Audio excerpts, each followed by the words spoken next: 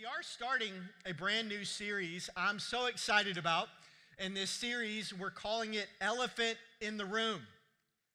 And this is a series about doubt. And just right off the bat, just by show of hands, in a moment of honesty, I think church should be the safest place to be honest about anything. But how many of you have ever experienced doubt? Just raise your hand. Let me see you. Wave at me a little bit if you've ever experienced doubt. For those of you right now that are not raising your hand, I'm experiencing some very real doubt right now that you are being truthful. Because the truth is, every single one of us experiences doubt at some point in our life. Maybe that's about God, about life, about Jesus, about the Bible. Like we all experience doubt. We all have questions. We all wrestle with things. We all ask why. We all experience things that we don't understand. We all experience things that at times we just can't comprehend. We all go through and witness things that just seem unfair or unjust. Like we all experience hurt in some way, shape, or form that we can't explain or that we can't resolve. Listen, nobody is exempt from doubt. Yet, I've discovered that so many times, especially in church, we don't talk about it. I believe that doubt is the elephant in the room in almost every single church. And so many times we just don't talk about it. In fact, an article that I read this week preparing for this message, it said this. I thought it was so good. Doubt is inherently isolating. It can feel especially shameful and sometimes impossible to explain. Come on, can anybody relate to that? Anybody? I know I can. I can relate to that. And the truth is, it's so easy to feel like you're on an island when you're experiencing doubt, when you're wrestling with things. It's so easy to look around in a room like this and feel like, am I the only one? Because everybody else around me during that amazing worship set just seems to be so rock solid in their faith. But deep down, when all that was happening, I'm just like questioning things. Like, do I really believe all this stuff? Do I really believe what we read in the Bible? Do I really believe these songs that we just sang together as a church? That it's not Christian karaoke, but that we're literally together in unity, praying and declaring this truth over our life. Like, I trust in God. Like, there's nothing's too hard for you. Impossible is what you do. And I'm sitting there and I'm like, do I really believe that? Is this real? Is God real? And if he is, does he really care about me? But instead of talking about those questions and that doubt, we often stuff it, or we ignore it, we stay quiet, we don't talk about it, and we think, honestly, we're deceived, that if we ignore it and we don't talk about it, that it'll just go away. But it doesn't. In fact, it's just the opposite. It doesn't go away, it grows.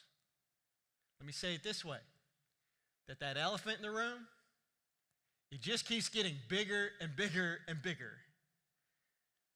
And I'm convinced, and I've seen it over and over again. I've been a pastor now for 20 years. And I've seen this over and over again. I've seen many people, I'm convinced, many people leave the church and walk away from their faith and walk away from God simply because they do not talk about their doubt. I want you to understand that unaddressed doubt has the ability to choke out your faith. And this is actually why we're doing this series. Because I want you to hear me. Please look me in the eyes. That does not have to be your story. It doesn't.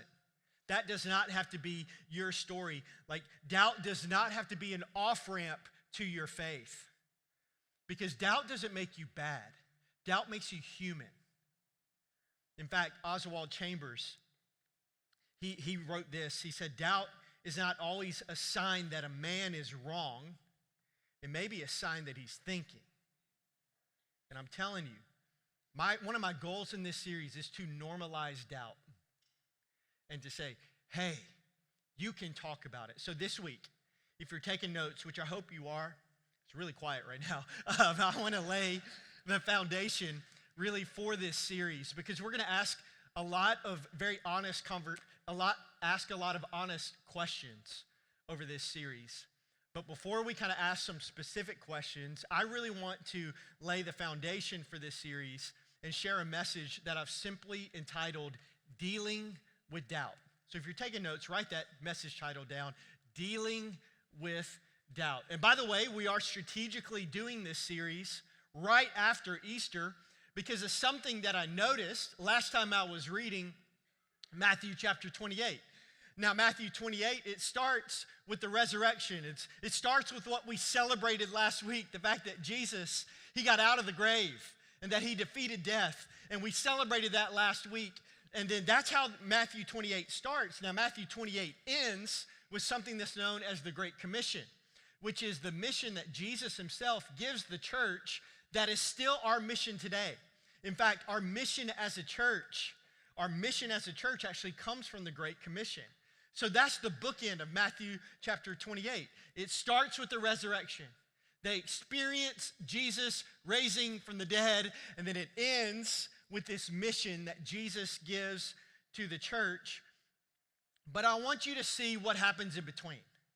I want you to see what happens right after the resurrection in Matthew chapter 28, starting in verse 16 and 17. This is fascinating. I've never seen this detail before until I studied for this series.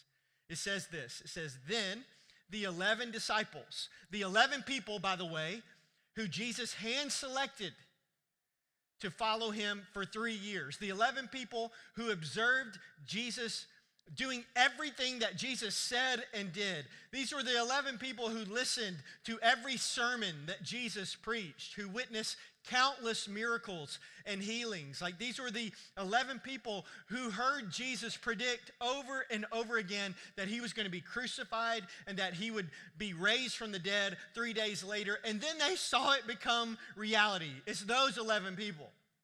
It says that then the 11 disciples, they left for Galilee right after the resurrection, going to the mountain where Jesus had told them to go. And when they saw him, when they saw Jesus, they worshiped him. But some of them doubted. Come on, be honest. Doesn't that make you feel better? Oh, it does me. That makes me feel so much better. Like these were the people who saw Jesus walk on water. These were the people that saw with their own eyes him calm a storm by saying, peace, be still.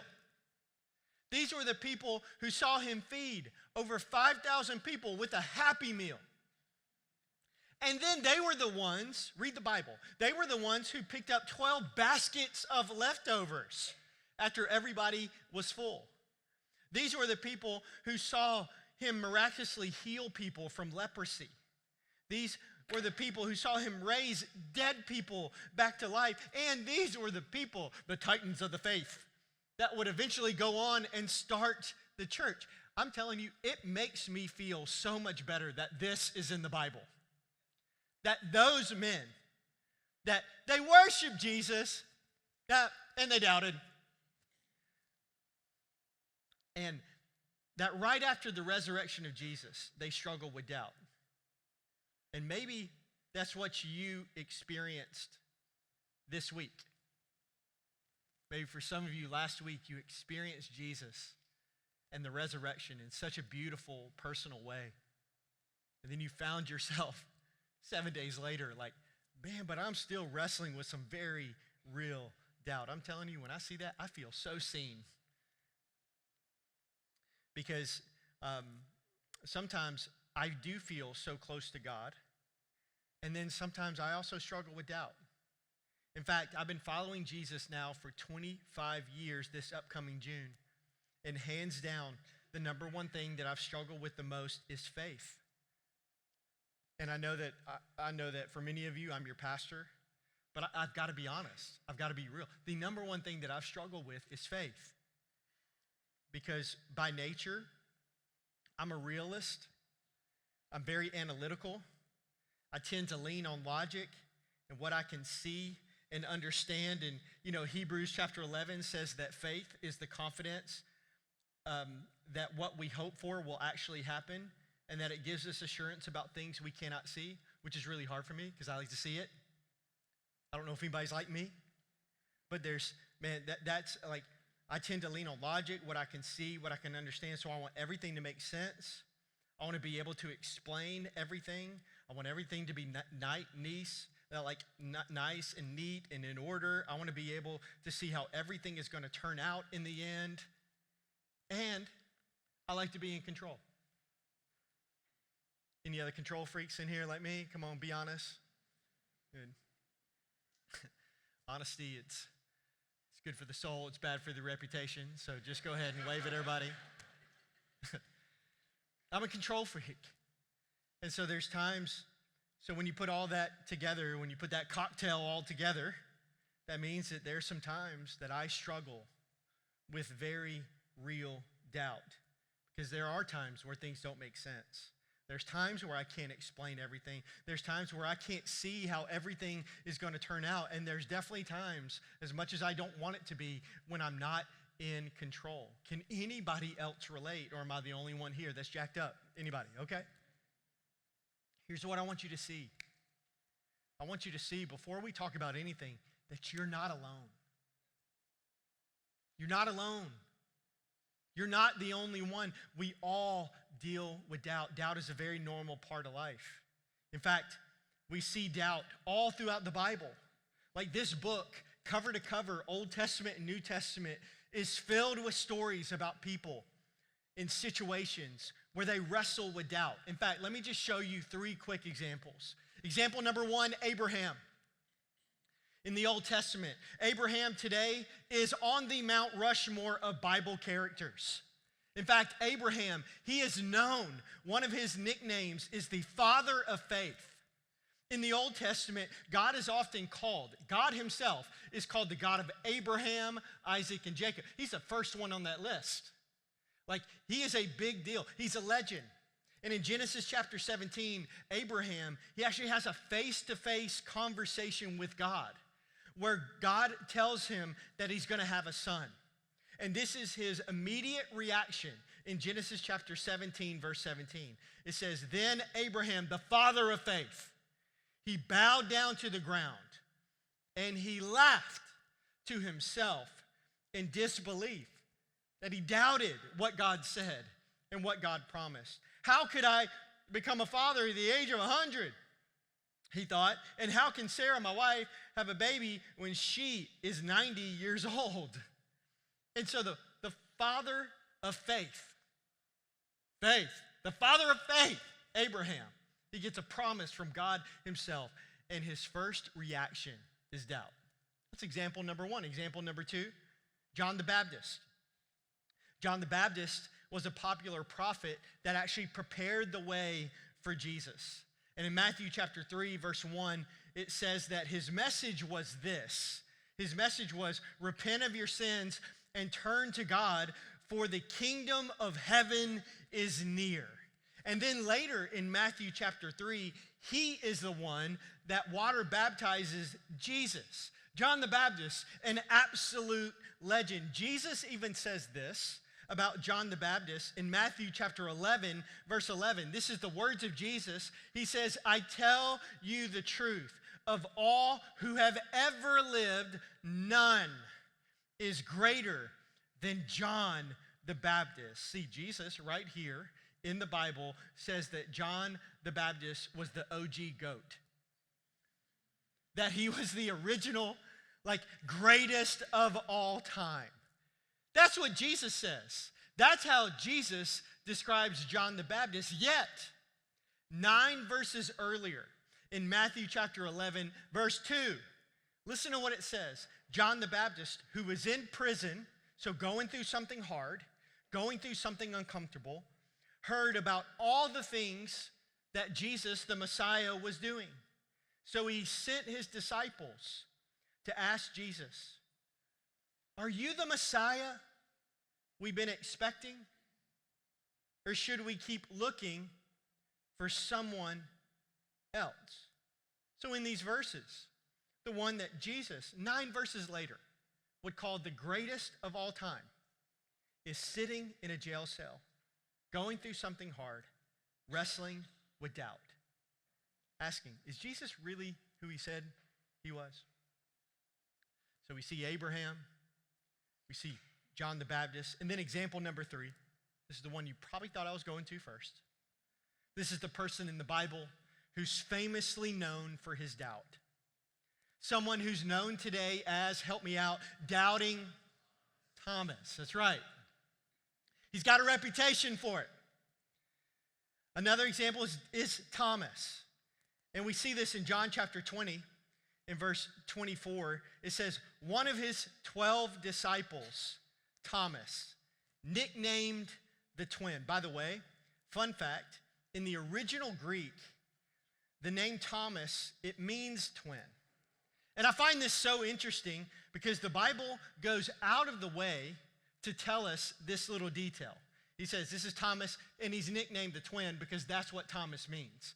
Thomas means twin. And the Bible goes out of the way to give us this detail, but the Bible never actually tells us about his twin.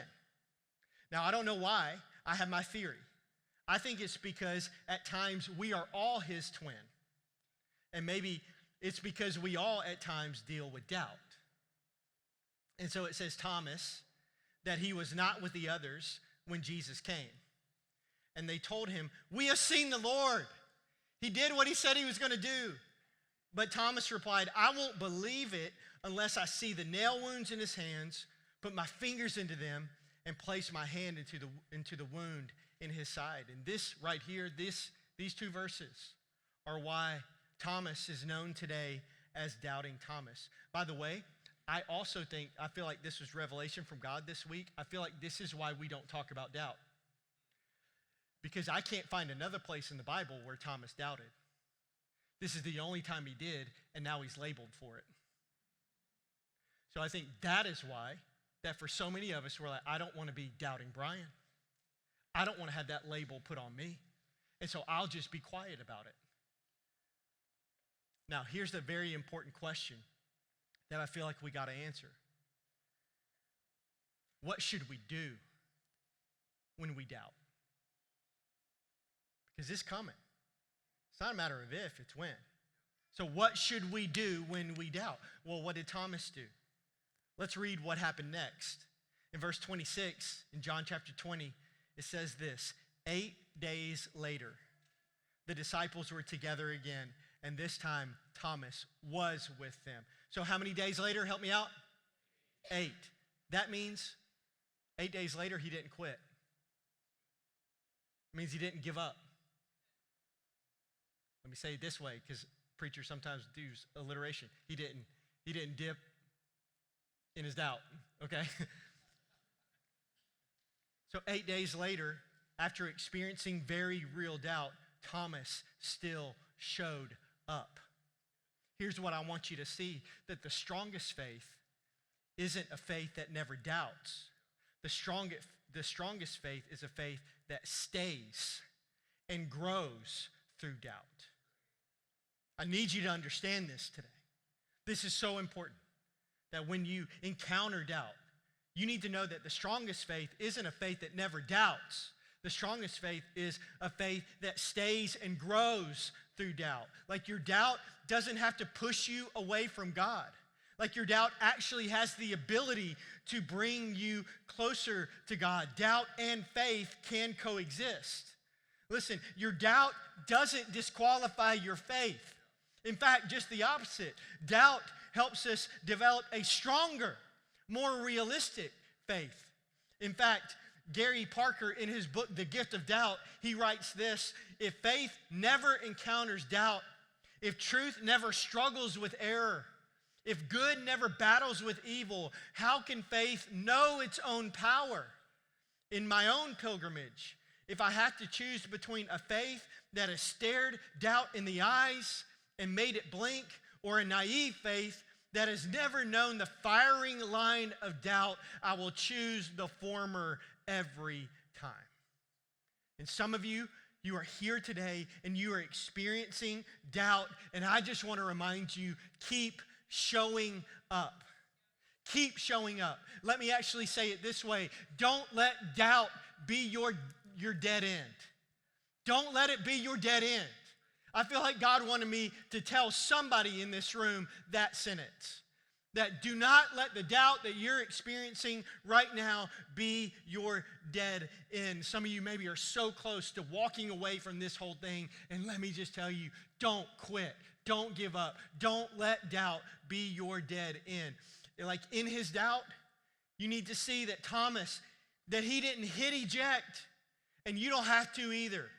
Your doubt doesn't disqualify your faith. Don't let doubt be your dead end. But there's one other question that I couldn't shake all week long.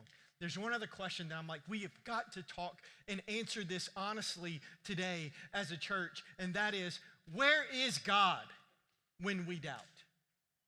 Like I know where I am, but where is God when we doubt? Like, what's his response to our doubt? Is he disappointed? Is he mad? Is he upset? Is he distant? Well, let's keep reading. Let's just keep taking this look at Thomas's journey through doubt, because I want you to see Jesus' response to Thomas's doubt. In verse 26, we pick it back up. 8 days later, as the disciples were together again, and this time Thomas was with them, the doors were locked. But suddenly, as before, Jesus was standing among them, which means more than likely he was doing his Jesus supernatural things and he went through the wall, which I find this funny. It just makes the next line very necessary. Peace be with you. He said, I think the Bible's funny. I'm just telling you, that's funny. All of a sudden, boom, pop there. Peace be with you. It's good. We're good.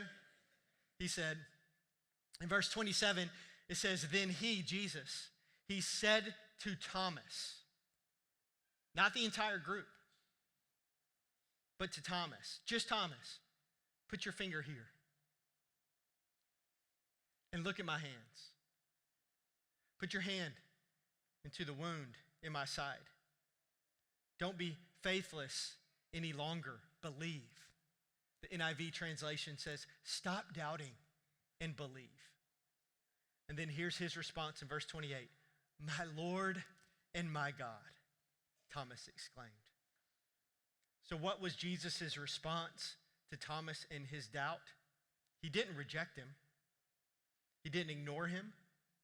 He didn't get mad at him. He didn't get upset with him. He wasn't disappointed in him. He didn't question him. He didn't lecture him. No, he met him right where he was. He met him at his doubt and gave him exactly what he needed, showing us something very important, showing us that God is not distant when you doubt. And some of you, that doesn't just need to be something you write down in your phone or in your notebook. That's something you need to put in your heart today. God is not distant when we doubt. And so what's his response to our doubt? Is he disgusted? Is he disappointed? Is he mad? Is he upset? Is he distant? Not at all. Not at all. Just like Jesus met Thomas at his doubt, he meets you at your doubt. That whenever you doubt, you need to know that he's not far away. He's not distant. He's close. He's right there. So if you're dealing with doubt today, don't bounce on God. Don't hit eject. Here's why. Because he's not. He's right there. He's with you. Your doubt doesn't push away his presence. So don't run away from God. Let that doubt be something that makes you run to God, because the truth is he can handle your doubt. He's not intimidated by your doubt. He's not scared of your questions. Trust me, you're not the only one. You're not the first one, and you will not be the last one. He's not insecure about your doubt. He's not mad. He's not upset. He's not frustrated. He's not disappointed. He's not distant. He's right there. God is not distant when you doubt. Now, to close today, I want to look at in my opinion, one of the most relatable stories in the Bible. It's a story that shows that doubt, that it doesn't disqualify your faith. It's a story that shows that both can really exist at the same exact time. It can show you that doubt, let me put it this way, that doubt is more of a tension to manage than it is a problem to solve. And this story shows us that, and I think it's so relatable. It's in Mark chapter 9. And let me just set it up, and then we'll read a couple verses. Because in Mark chapter 9, you see a desperate dad that approaches Jesus with his demon-possessed son. And he's just hoping that Jesus would heal his boy. So he comes to Jesus desperate. He comes to Jesus with a son that he wants to be made whole and made right and free. And he comes to Jesus, and he's like begging Jesus, would you heal my boy? And listen to what Jesus responds with. This is what he tells the dad in Mark chapter 9, verse 23. Anything is possible if a person believes, just like the song that we sang earlier. Anything is possible if a person believes. And we're like, yeah, put it on a t-shirt. Get the coffee cup with the verse on it. Let me read it every day with my cup of joe. Loved it. That verse is awesome. Anything is possible if a person believes. And we love that verse now. We highlight it. We circle it. We put it on our fridge. Anything is possible. But listen to the dad's response. This is so relatable. I relate so much to this. I hope this speaks to your soul. Mark chapter 9, verse 24. And the father instantly cried out, I do believe, but help me overcome my unbelief. Anything is possible. Oh, I do believe. But Jesus, will you help me overcome my unbelief? I don't know about you, but my soul connects with that so deeply. Because I feel like that so often. Because there's a part of me that believes, and sometimes it's real high. Sometimes that part is like 95%. I believe that you could do this. I believe that what I'm praying for, that you can move. I believe that the things that I'm wrestling with, you could speak to. I believe that the questions that go unanswered, that you can give me peace. Okay? I believe. And there's times and there's things, a part of me that does believe, but there's also a part of me that struggles to believe, that wrestles with doubt. And even if that is only 1 or 2%, it's still 1 or 2%. And I can't ignore it. And sometimes it won't go away. It's the elephant in the room, not just in church, but in my soul. And so I feel that at times. And it's like, there's part of me that believes. There's part of me that really struggles with doubt. I do believe. But Jesus, will you help me overcome my unbelief? Here's what I want you to see as we end our time, and we're about to respond. But I want you to see that faith is not the absence of doubt. Faith is the ability to believe in the middle of doubt. We need to understand that those things aren't in competition all the time. Faith is not the absence of doubt. Faith is the ability to believe in the middle of doubt. And church, I love you enough to tell you the truth. There's going to be moments when you deal with doubt. Some of you are dealing with it right now. They're coming. It's not a matter of if, it's a matter of when. And in those moments, don't forget. I'm trying to encourage you today. Don't forget that you're not the only one, that you're not alone. And don't forget that the strongest faith isn't a faith that never doubts.